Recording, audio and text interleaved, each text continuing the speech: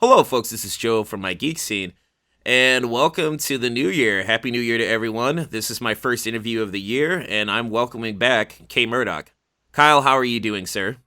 I'm good, Joe. How you doing, man? Happy New Year, and I'm glad you made it home from DC. Yeah, Well, me too. Me too. Thank you so much. Happy New Year to you as well.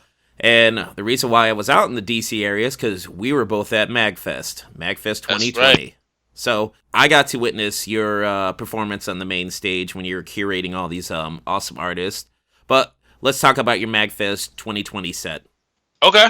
Well, from what I understand, you were centering it around the 25th anniversary of Chrono Trigger. Is that correct? That is correct, man. 25th anniversary, and it's funny. I mentioned this on my website, which I have this blog. I'm trying to get back into blogging this year, and originally when I did this album, which is called Hero Music 2, based on the music from the game Chrono Trigger, I wanted to release the album actually at the 20th anniversary back in 2015.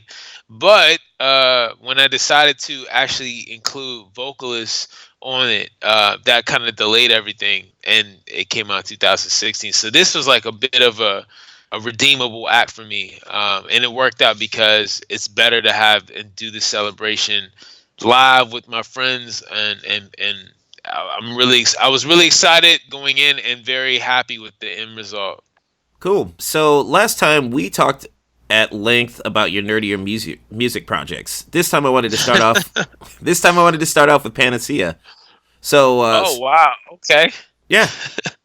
So for the first two beats, I don't necessarily have questions to start off with them, but I Okay. enjoyed them, and I wanted, if you wanted to comment on them, feel free to. I like the acoustic and jazz vibe of Freedom Theory off of Thinking Back and Looking Forward. Yes, that song is special because I feel like that is the song, even though it wasn't the first song recorded with me and Jason. When after it's like the maybe the third song we recorded, and I felt like after that is kind of when I was like, yeah, like we need to do a group, like because I don't know, it was just something so different about that song, and it was kind of a test because I was like, how crazy and how far out is Jason gonna let me go sonically? And he was with me the whole way. Like he actually pushed me. I always say like raw poetic Jason pushed me so much as far as being a producer because a lot of the hip hop at that point was very the typical boom bap. It just wasn't like the stuff that was being sampled was jazz, but maybe it's not that style of freeform kind of jazz, and the song itself doesn't really have the structure is so loose. It's almost like a lot of spoken word and a poem, but there's hip hop in it. Yeah, it's crazy. So it's I think off that record that might be one of my favorite songs, and probably songs I've done period with Jason. When I think about Panacea, Freedom Theory is like a very Panacea style song, or a song. If I had to pick like what is a Panacea song, it will most likely be that. Okay. And the other song that I really liked the beat to was Collard Fried Gray Sky. I don't title these, by the way. These are all raw poetics titles. I don't know where he came. He explained it to me, and I was just like, okay, like, hey, bro, like, just keep writing and penning the way you are, and you can call the songs whatever you want to call it. But it in the context of the album, or in his mind, it makes sense. And yeah, that song is like super was cool too. Like with the way it came together, with feature vocals from my friend Alana, who I was happening to be doing like a solo project, was starting out on a solo project. So she was up in my studio a lot, and as we were putting that Panacea album together, I had her jump on a couple tracks. So she did that, and she did the hook for a song called Sinking City off the last Panacea album, which is now 10 years old as far as the release, which is 12-step program. What was the meaning behind Koonfoolery?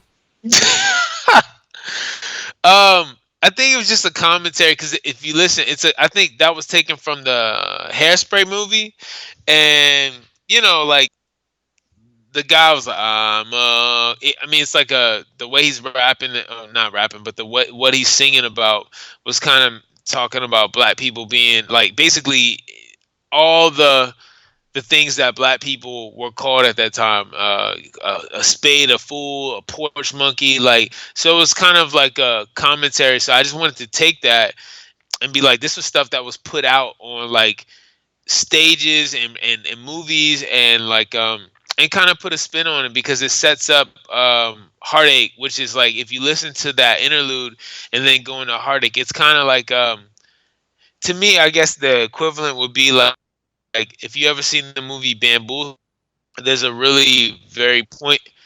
Have you ever seen it? You never seen it? Spike Lee's Bamboozled? I have not.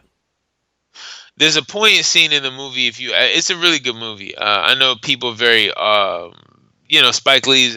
He's one of those people. You either love him or hate him, right? But like that movie, I really dug. I remember going to the movie theaters to see it, and there's a very poignant scene in the movie where I think Tommy Davidson is playing a character called, is it Mantan, or like they're basically like dressing up in blackface and kind of cooning themselves.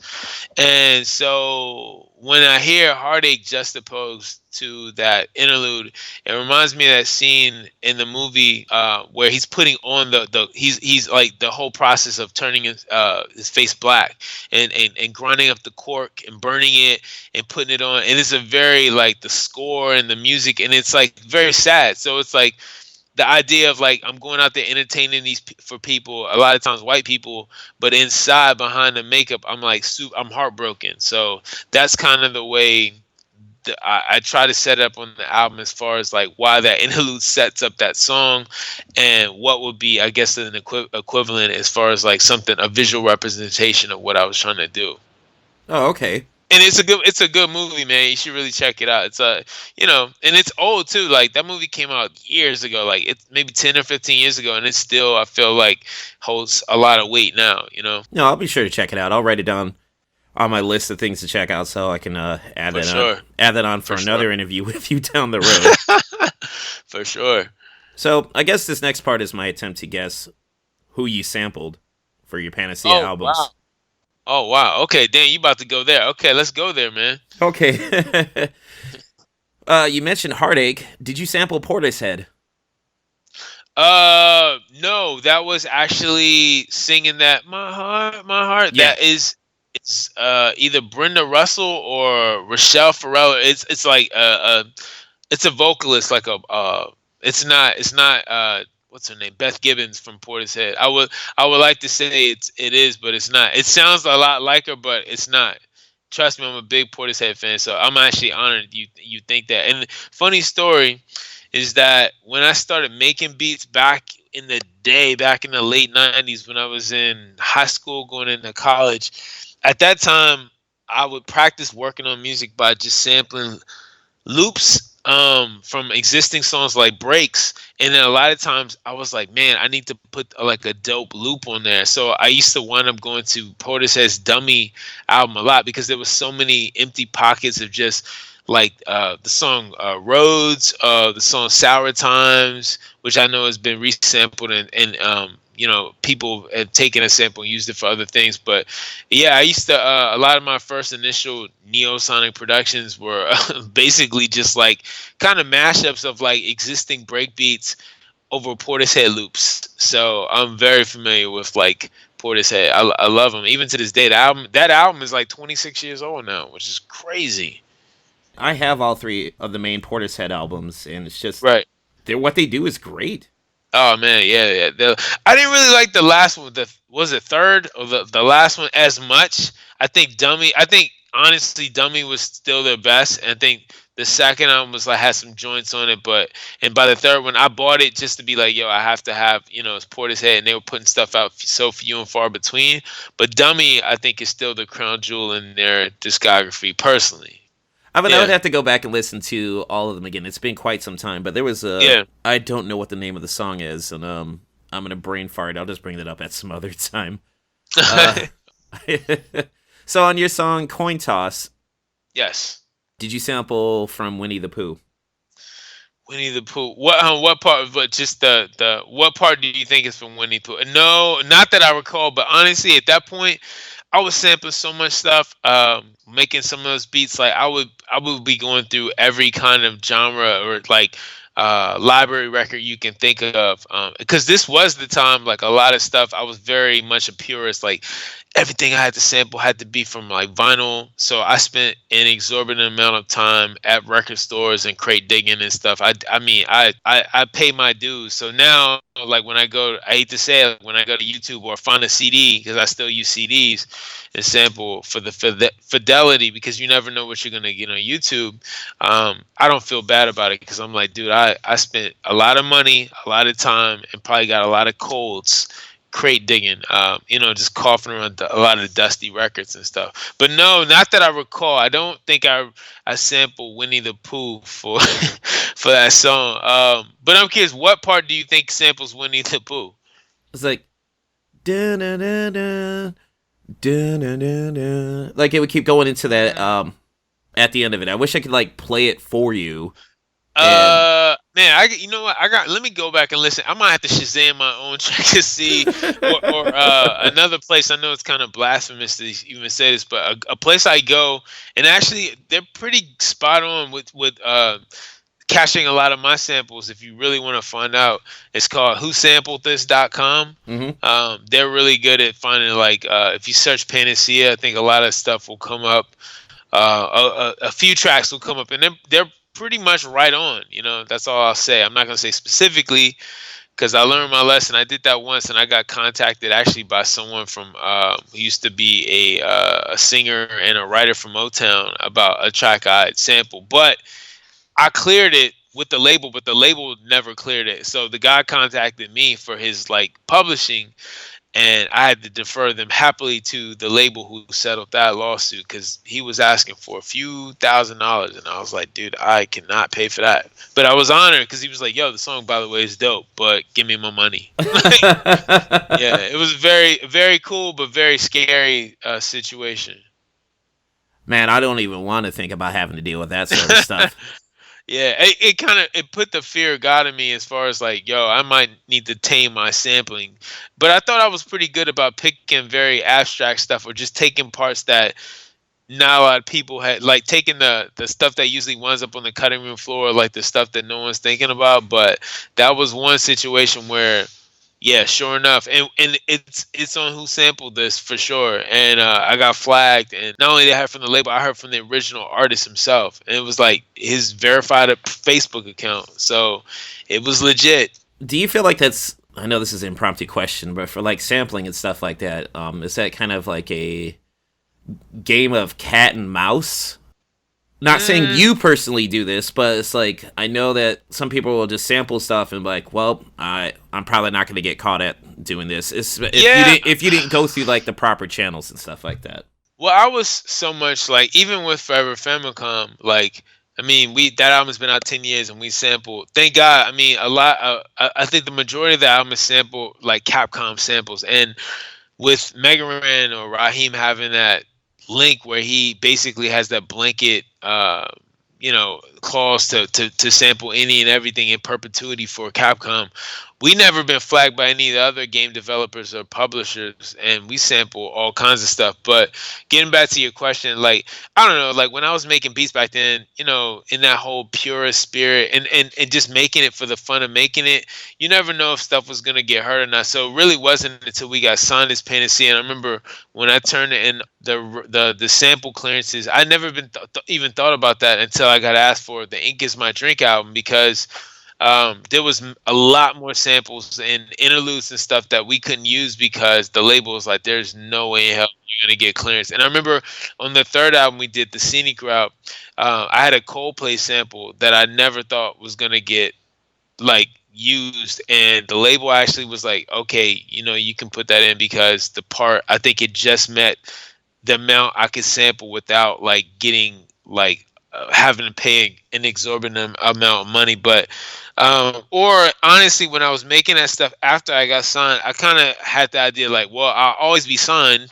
so there's always going to be part of the budget to handle sample clearances, so I can do whatever I want to do.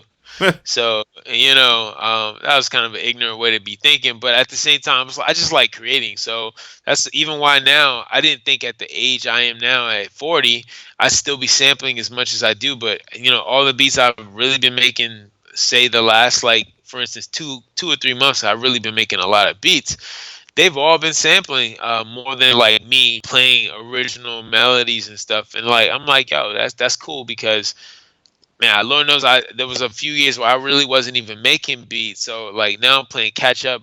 But occasionally when I get asked to do something without samples, I can do it. So I have gotten fortunate enough as a musician to do that too. But I mean, I'm just a hip hop. Hip hop is in my blood, man. So I usually always start with some kind of sample, whether it be a sample melody, whether it be sample drums. And then from there, I like the challenge of like taking that loop and making it into a song with changes and movement, you know?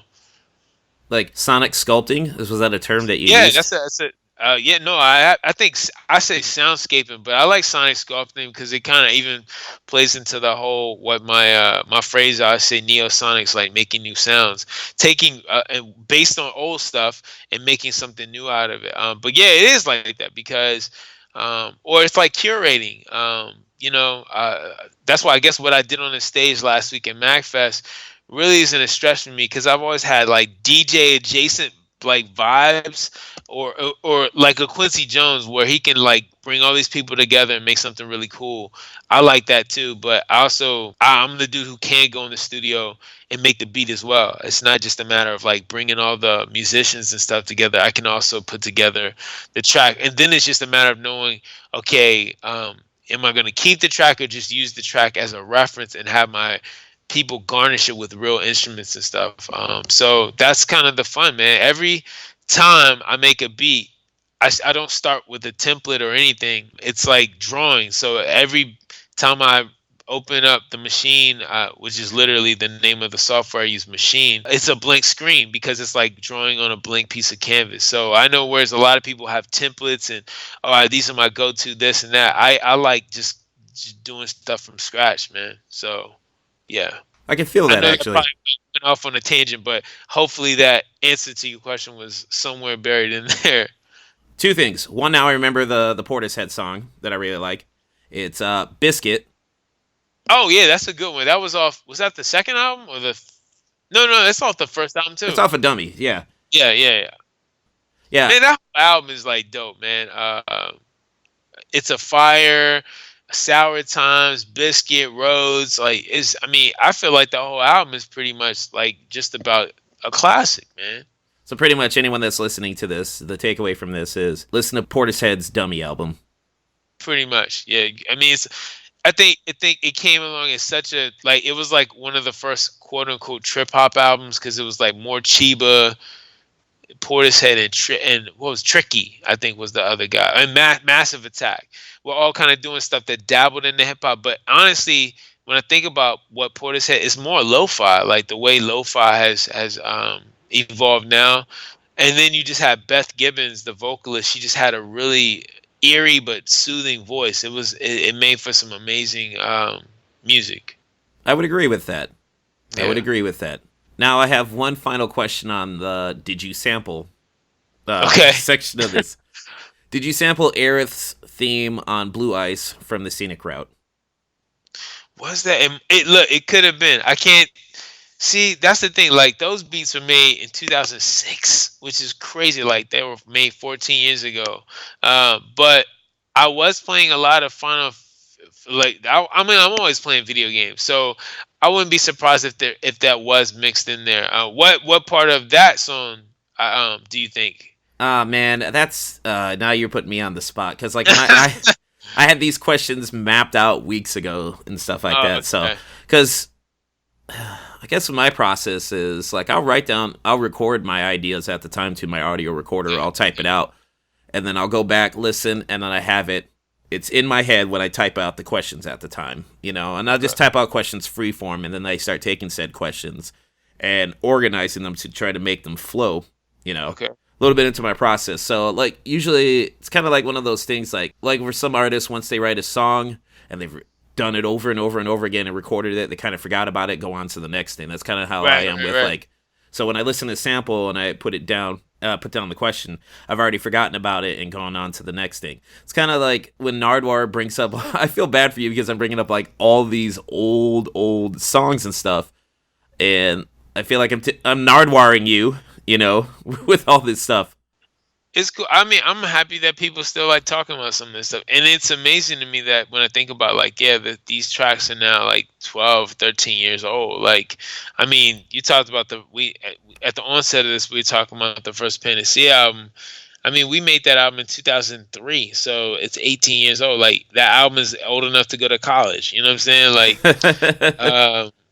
seriously, it's kind of surreal. Like, and just to think where we were at that time, like being 23, 24, fresh out of college, and the world just seemed like, I don't know, like we just thought we knew it all at the age of in our early 20s, and here I'm in, just turned 40 last year, and I feel like I'm almost pressing reset on a lot of my career, but I'm excited. I feel like I have a chip on my shoulder, and the thirst to do stuff the way I was when I first started making music and got some attention back in, I guess, '05, So that part of it is really cool. So again, very honored to just the fact that people still listen to it, because shit, you could have not mentioned it at all, and that would have been fine too, but the fact that you did is pretty cool. Now, still on Panacea, one last question. Okay. For the eventual new Panacea album down the road, will you include Megaran to bridge both collab partners together? That's it's I would like to if it works out and fits, because a lot of times on Panacea records they're kind of conceptual. So like the people who wind up guesting, it's a mix. Like there could be people that we're working with at the time. For instance, with the Scenic Route, I think about who we were talking to. We had the guests on that album had everyone from Raw Poetic's cousin, who was rapping at the time. Now he just does more visual art for like Nintendo of all people. His name is Steven Knox, or Point Blank, or Point Blizzy was his rap name. And so he's on the song Square One. And then Walk in the Park had a good friend of ours who wound up blowing up and becoming real big on the indie scene, named Tal Nguyen, who she was the host for last year a pretty big podcast called Song Exploder. But Tal was like just a homie from Virginia, and Jason, Raw Poetic, was friends with her and had her. I remember she came to my studio when I was working at XM, and it was like during the evening hours, so like everyone had just filed out, and I had her just come in. I gave her a tour, and then she sang the hook, and then that was it. And then next time we saw her, she was like on tour in the Bay Area, like blowing up, like signed to a pretty big indie label. So that being said, I always like to have people included onto the albums that we're working on who are also like friends and family.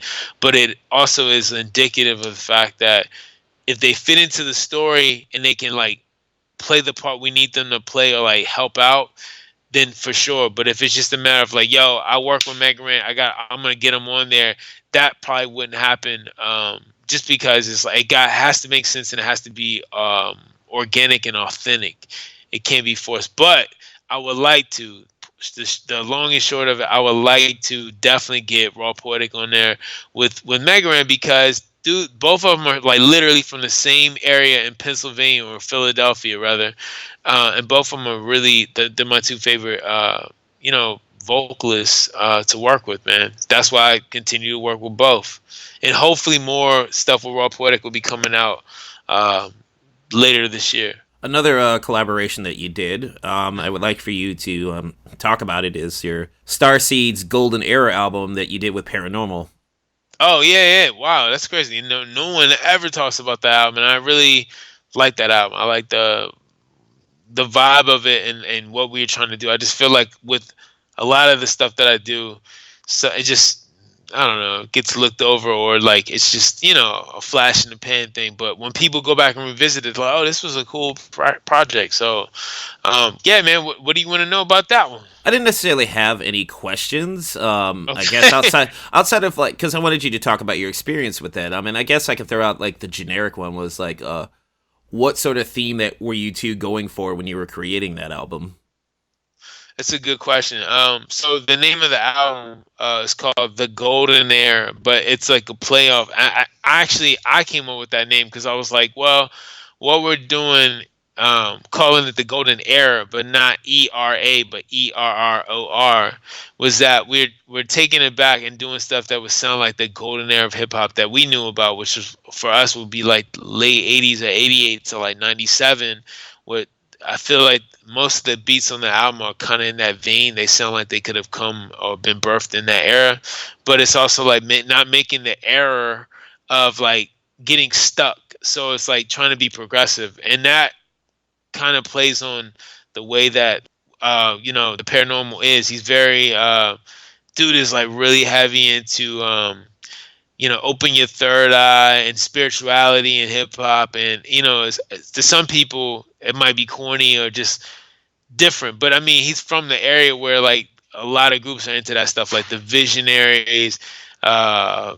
Who else is out there? Elemento, who's also part of the Visionaries, but Far Side, you have hieroglyphics. Like it kind of fits. So like the stuff he's into is just indicative of like the area he's from. So I liked working with him, and he was Steve is his real name, but the paranormal, he's a really cool guy, and never stressed me because we started working on that record, man, like 2011, and I didn't know if it'd ever come out, but finally I hunkered down and we got it done.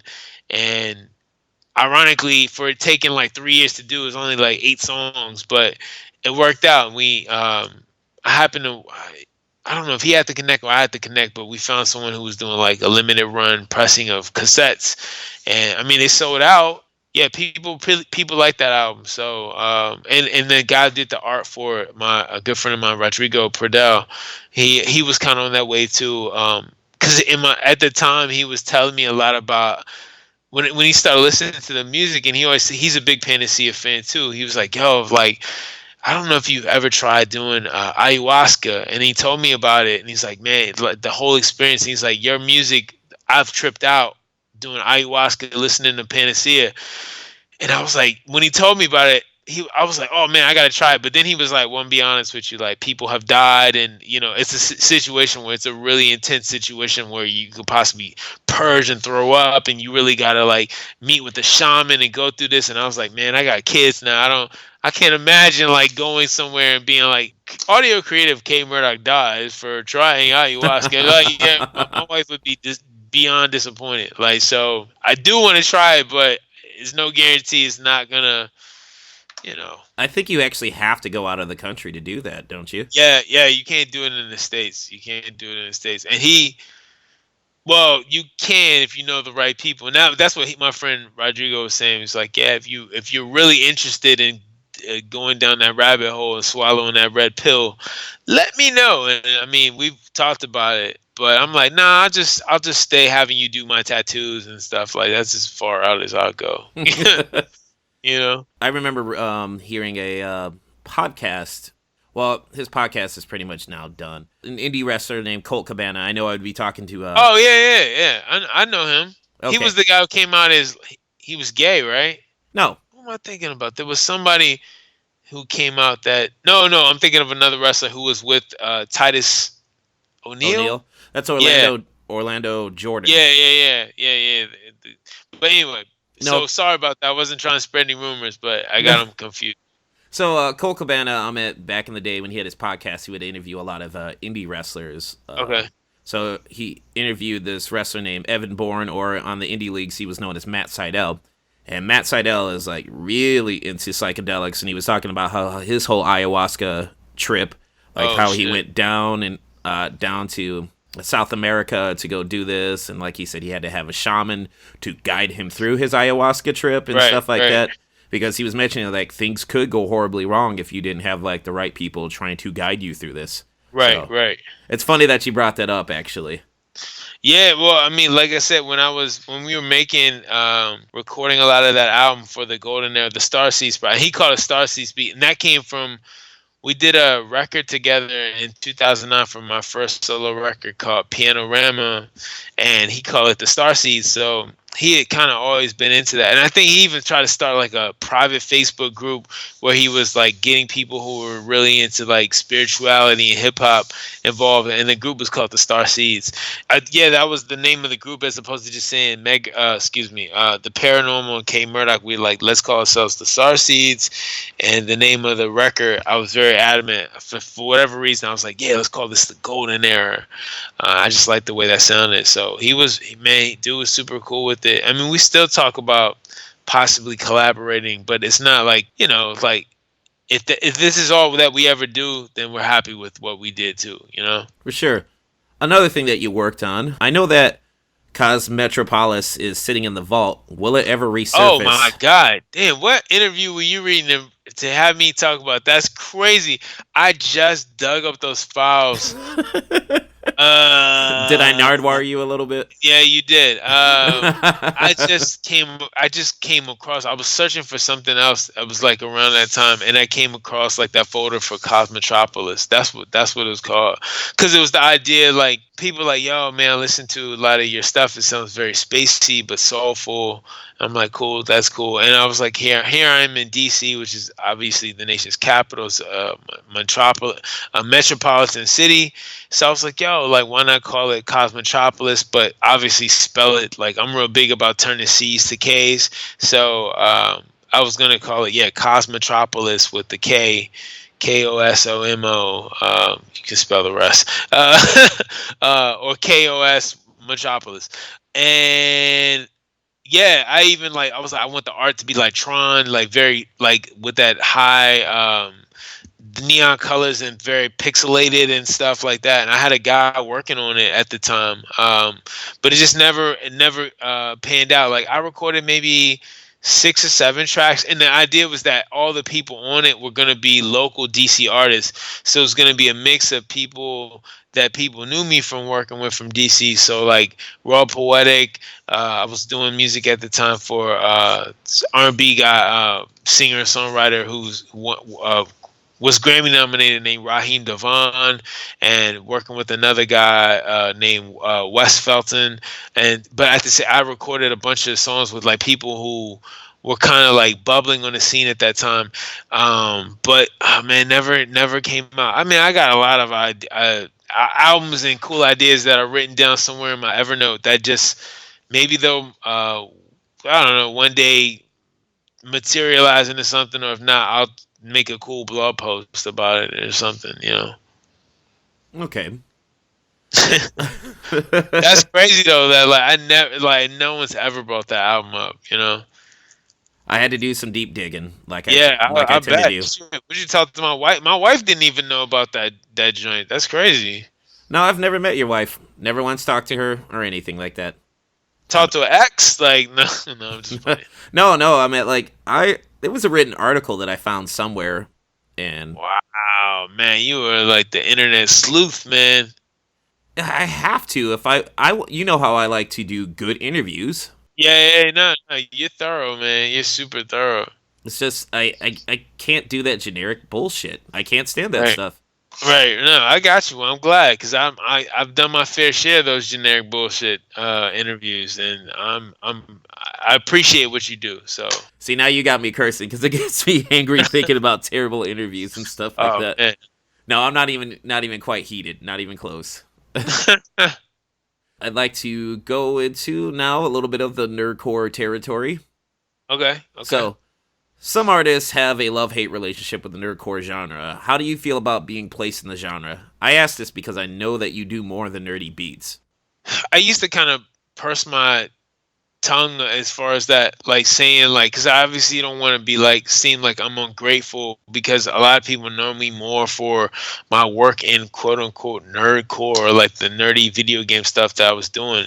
I mean, shit, I just played MAGFest because of that. It wasn't because of necessarily Panacea, right? So I'm very appreciative that people just like hearing K-Murdock. So if whatever you got to do in your music player choice, if you still, rocking with Apple Music and you classify me in your genre as nerdcore, you just put hip hop, progressive. I just say it's progressive hip hop or whatever, and I see myself as a hip hop producer, but like a progressive hip hop producer.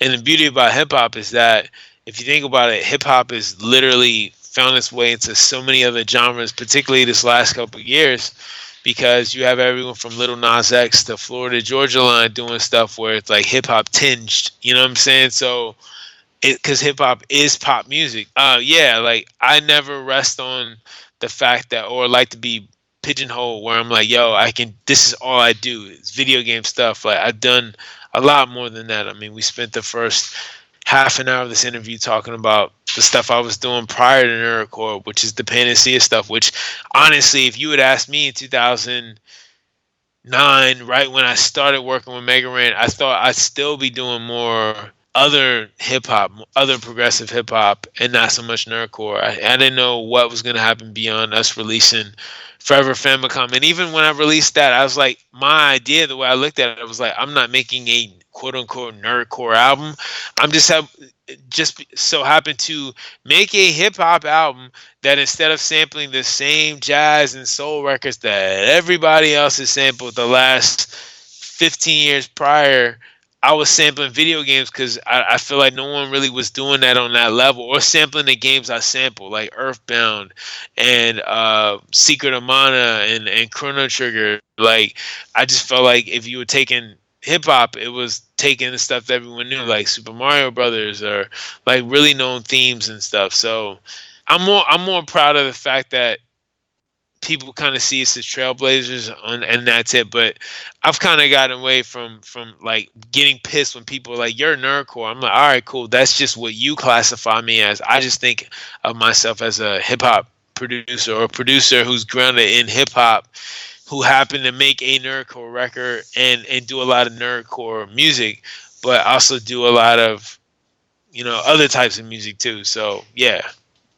No, I hear you on that one. I mean, look at Samus. She didn't want to be pigeonholed as nerdcore and stuff like that. Right. Oh yeah, she really wrestled with that. I mean, I think that's gonna definitely come out more. She's working on this documentary, the Samus Inungo documentary, and that you're gonna hear more about that. So, cause she gets. I remember touring with her in 2015 for the 5-year Forever Famicom tour, and we talked about that a lot. Like that was kind of a theme. It was just like, how do you get, I guess, like not in the box of nerdcore, or just trying to make people who see you as nerdcore that you are more than that. But I'm like, man, it's all subjective, because some just like Rand knows it, and he'll be the first one to tell you that not everyone who's necessarily a fan of Mega Ran is a fan of all of Mega Ran's stuff as much. Some people like the Black Materia and Forever Famicom and Mega Ran stuff more than they do when he releases like The Call or Language Arts, or like the more straight ahead stuff. Versus some people might not like the stuff he did with Lars as much. You know what I'm saying? Where some people might just like the stuff he did with Lars. You know what I mean? It's hard, man. You give yourself, if you try to please everybody, you're gonna want to like just pleasing none. Pleasing none. Yeah, I knew there was an adage or a cliche there. I just couldn't think of it. So I appreciate that assist.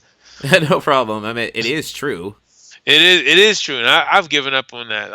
I like making music, and for me, going into 2020, I was like, let me just get back to what my passion is. I call myself an audio creative, but like it all started with making beats back in like late high school, early days of college, and like that's kind of the vibe I want to get back to.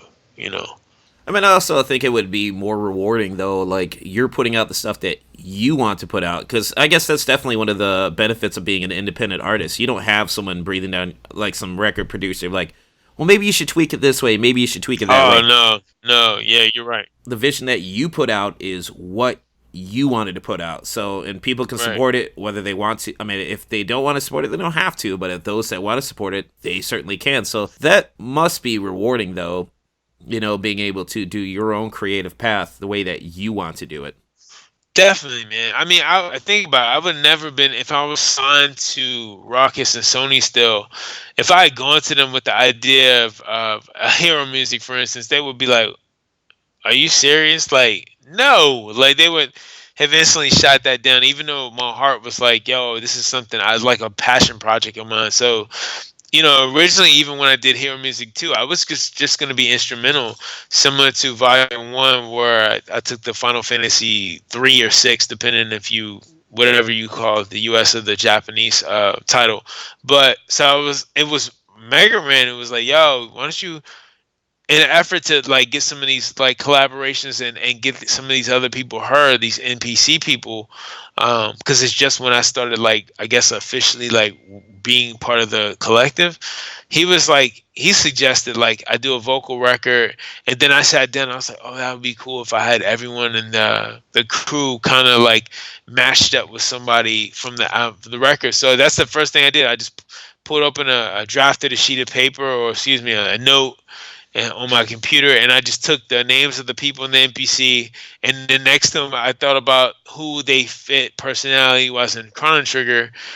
Then I was like, I may start making beats, and then I told them, it's not like I gave it to them. It's like, you have to rap just as Chrono. Well, Chrono doesn't talk, but you don't have to rap strictly as Luca or Maro or Robo or whatever. And even though that kind of did come out on a lot of the songs, you also had songs where like Tribe One did Frog's theme, and he just rapped about remembering playing Chrono Trigger, as opposed to my name was Glenn and I was a knight, and now I'm a frog. You know what I mean? Like, I get some of that stuff would have been super corny. So I'm very thankful that everyone who did contribute did luckily did the right thing. Like, they didn't go too deep as far as like the content, but at the same time we're enabled to infuse some of their personality into it, and still do stuff that I feel like beyond the beats, when people listen, like, they're, oh, like, this is cool, he rapped as, or how so and so would rap if they could rap, So, and I think all that was started with Raheem or Mega Ran on Black Materia, because he just made that really cool. If you think about Avalanche, as much as we jump around to it, he's still rapping from the perspective of Barrett, which is hilarious. So Yeah, and I'm looking forward to that. I mean, speaking of not Forever Famicom. Speaking of Black Materia, I'm definitely looking forward to that yeah, remake. me too, man. I kickstarted that, and I know you're going to be a part of it too. So I'm definitely excited about what you're going to bring to the table on that one. Yeah, I got to do basically, I think it even came up when originally I was asked would I help out with the engineering of it, and then in talking to Cisco Lost Perception, I happened to mention in a thread with him and Raheem or Megaran, I was like, yo, like, would you be open to me like maybe remixing a song? Because I got to remix a song and like do it as like a bonus track on the first one, which sometimes I even forget about. And it's basically just Raheem telling the story. It's like a really long track, and he's just talking. And why I forgot what sample from the score I did, but I was like, yo, I really like to just remix or reinterpolate one of these songs. So the two tracks that they gave me were "Cry the Planet" and "Tifa," which actually happen to be two of my favorite songs, and like songs that I feel like I always get stuck when people ask me to participate, contribute to an album. It's kind of honor, but I never get like the wild party song or like the banger song. I always usually get the very deep introspective or storytelling song. So Cry the Planet is a pretty deep and very timely song, and Tifa is as well. So I'm honored though, and I hope. I just was mixing before we started our interview my version of Cry the Planet, and I'm really excited about people hearing it. Really excited about it because I think it sounds amazing, if I do say so myself. Speaking of albums that are special, Mhm. I got to witness a special 10-year anniversary Forever Famicom concert at MAGFest. So, That's right. do you have any special plans for the 10-year anniversary of Forever Famicom? We are working on that now. Trying to think of cool merch things to do for when the record gets re-released or celebrates its official anniversary in June. Aside from just touring and stuff, I mean, I don't want to just always, I mean, we still sell the CD, which is crazy that 10 years later people still like buying that CD. But I think the plan is one thing I'm going to do. I mean, I guess I can just let everyone know is that all throughout the set this weekend, my sets and even the sets of other people, there was one person who was all over the stage, and it was 88-bit Rob Kovacs. And Rob is an amazing piano player. So I worked on a couple things, and the plan is basically to have him replay all the samples from Forever Famicom. Me take them, relay them back and remix and just freshen up the mixes, remaster it.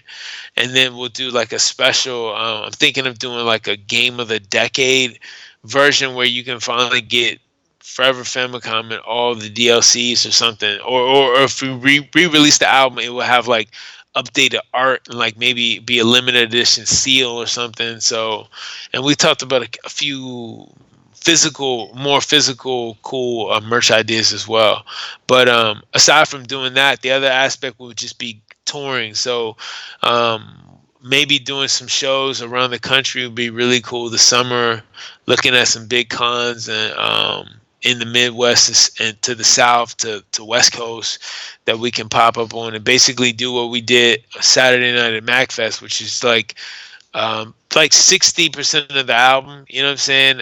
Mix in some other treats and stuff like that, but just really do have a lot of fun and just say, celebrate the fact that it's been 10 years, and it definitely doesn't feel like that. But when I think about the stuff that we've done and the places that we've gone off that record or just touring, the opportunity to tour with Mega Man, it's been, that album is, I'm forever thankful. So no pun intended, but it's been cool. Been very cool. That is the first, I guess, Nerdcore album that I ever purchased. I bought it from Ran himself when I met him for the first time in person at Shudocon in 2015 or 2016. I want to say 2015. I mean, because I had told him, it's like, I heard about you because of a Game Informer article on you about the Black Materia album. Right. And then I went and saw him in concert and I enjoyed it. I went up to him later on that day and I was like, so what album would you recommend? And he was like, the Forever Famicom album. And I was like, cool. And went home, listened to it, and it blew my mind. And then obviously years later, I want to say 2017, when I first met you, I was like, wow, you're the producer of like one of my favorite hip hop albums, Right. It's probably my favorite hip hop album. And I don't want to put myself in that because I'm not a huge hip hop head. Right. I'm more of a metal head. Yeah, I remember you telling me. I mean, you were very explicit in telling me that, like, I don't listen to a lot of hip hop, but this would be my favorite hip hop album. Which I was like, yeah, that's pretty cool. I mean, don't get me wrong. I mean, like, I have massive respect for hip hop. I completely consider it a musical genre and whatnot. Right. It's just the way my brain is wired that it's very difficult. Like, I think, as I mentioned to you, or I think I mentioned this to IQ, I have a hard time trying to, because I'm attracted more to like the musical aspect of music first, and then lyrics come next. So when I'm trying to listen to hip hop artists and stuff like that, depending on who it is, like some of them are rapping so fast that it's hard for my brain to catch up to what's being said, and then trying to process that afterwards, it's really difficult for me. So I would have to go back and do more of a layered listen over and over and over again. And it's just, I do have respect for it, and like listening to your music and Rand's music, it's helped me with that stuff because it's also opening me up to other artists, like people that influenced you or people that you really dig and stuff like that. So I can't say that I'm a hip hop aficionado, but I definitely have an appreciation for that stuff. So like that Forever Famicom album, obviously that's like my first real deal hip hop album for me. I mean, of course, like when I was in high school, I had an ICP phase like a lot of people did, being in the Midwest. Right. Oh yeah, for sure. And what they do is hip hop as well. I'm not going to knock the ICP crowd. Some of the nicest folks I've ever met. But like Forever Famicom is really special to me because I have that album. And like I said, the fact that I got to meet with you and actually have a sit down with you and just talk to you about like audio. Yes. That was two 2017. Or 3 years ago. Yeah. Yes. Sit down with you and just talk to you about audio, how to make my audio game better. It was just blowing my mind that it's like, here's this producer who made this album that I really enjoy, and he's taking the time out of his life just to sit down with me and just pass on some knowledge. I mean, it could have went south, like you could have been like, yeah, whatever, kid. Who are you to talk to me? He's a kid. Yeah. Oh man, I would never. Cause we're peers, so I would feel like for me to like dismiss you with the kid is like super disrespectful, man. I can't even. I couldn't even see myself doing that. But yeah, I'm sure people. I don't know, man. I'm just trying to be nice, man. I just feel like I'm always thinking about stashing good karma points, and it probably really helped too because I feel like when I had that accident, I even spoke about it briefly on stage last week. I don't know, like I don't try to get too sentimental and stuff about and spiritual about like, oh, I had angels looking out for me and all this stuff. But I mean, like, yeah, it was a very sobering and very humbling experience. But consider I walked away from being struck by a car. And without any major, like not missing no limbs. I mean, I had to have a little bit of PT and physical therapy type stuff, but like I'm good. Like most people don't even know that happened. I feel like I had luck and some good karma and maybe some angels looking above, down over me from above. So I just, I guess I was like, yo, whatever I did to dodge that bullet, it's okay. Like it's working. So it's like I'm just gonna, I just stay being me because obviously it's working. So it doesn't pay to be an asshole. If you're nice to people, you get a lot farther. Hopefully. I would agree with that. I mean, because when I was talking to you, I got the vibe that you were a genuine dude. And that in turn helped influence me to want to interview you at MAGFest in 2018. It's just like, here's this person, like I said, taking time out of his life to give this unknown a well, it's true. I mean, you say we're peers now. I mean, we have formed a friendship since then. But at the time, I was some unknown fan just coming up to you. I'm like, oh my God, I really like your music, and just. Well, for the record, you didn't sound like that, but yeah, I appreciate it. When I went out, when I was telling you about how like Forever Famicom, like for the gamers, like the hair started standing up on my arms when I was talking about it. So. Right. No, I truly appreciate you as a person, like even before this interview wraps up. But no, I truly do appreciate your friendship that you've given me over the years because it's been quite genuine. And yeah, thanks, Kyle. That's pretty much it. You're welcome, Joe. I mean, seriously, it's just I don't know how any way else to be. Like this is me, so it's not like a front or, and that's probably why I get along really well with Raheem because he's the same way too. Like we're just people. Like I don't know. He calls himself sometimes. He's like I'm a people pleaser, and I guess I am too. Sometimes at the expense of saying people take my kindness for weakness or take it for granted. But again, I've just had so many cool things happen in my life, living the way I have and being the person I am, that it's like, I know this cliche is like, if it ain't broke, don't fix it. So I don't plan on fixing it. I think if anything, I'm just more aware of like who I give my energy and my time to. And you always like, really cool. Like, so I have no problem sitting down and doing a deep dive conversation like this or like we did at MAGFest a couple years ago because I know it's going to be stuff that it's like, yo, how did you know about that? Or like, I mean, even this conversation, there was a couple moments like that where I'm like, this dude, it never ceases to amaze me how much the research you do, which is awesome because you got as a person who works at school teaching young black journalists and creators, like you are totally on that, man. Well, thank you. So I'd like to go into the final part of this interview. If people wanted to find out more about you, where could they go? I finally got like my social media and I guess my online presence straight. So Kyle creates audio, KYLE creates AUD.io. It's going to be the place to go. You can find out. I have a blog there where I'm basically anything I create, I'm posting, as well as maybe sharing some tips and tricks about gear and software that I use. So I think as a teacher now, it kind of got me in the idea of like, yo, it's stupid for me to sit on a lot of this information, so let me share it. So yeah, Kyle Creates Audio is the place to go. You can also like, the website's in the process of still being updated, but the blog is the most functioning part of it now. But it will have my entire discography and yeah, I'm excited. Way to contact me, links and stuff to all the affiliations I have, NPC, Panacea, blah, blah, blah. And then if you want to just reach out to me through IG or Twitter. It's at K Creates Audio. I use Facebook sparingly, but not so much. Like, Facebook is more for like when I gotta post stuff for my family to see or whatever. You know what I mean? Like, social media is like, for me, it's more Twitter and IG or Instagram. So yeah, those are. But Kyle Creates Audio. I'm really trying to get traffic to the website. I just want people. I post up there. I have 3 cool posts talking about things that like I create, and then not just like a Tumblr, like a little blurb, and then some media.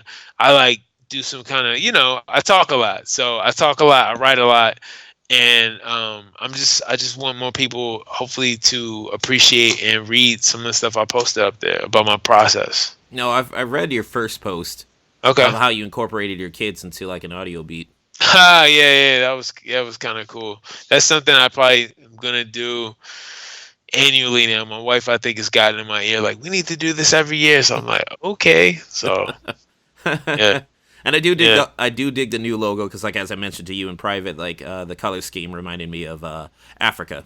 Yeah, it was kind of meant to be that way. And I've had a lot of people already ask me about T-shirts and stuff. So I was like, cool, that's a good sign, like that people like it. So I'm looking to do some for the spring. For me, it's gonna have to.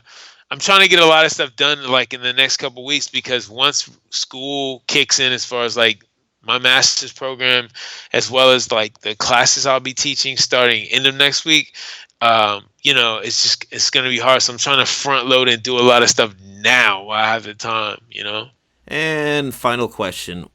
What would you like to say to your fans throughout the years? Oh man, just thanks for, thank you for listening. We had a song that sums it up a lot better than, my thank you. But seriously, I mean, I tell people, it's always amazing to me when I talk to people and they're like, yo, I've been listening to Panacea since elementary or junior high or high school, depending on how old they are.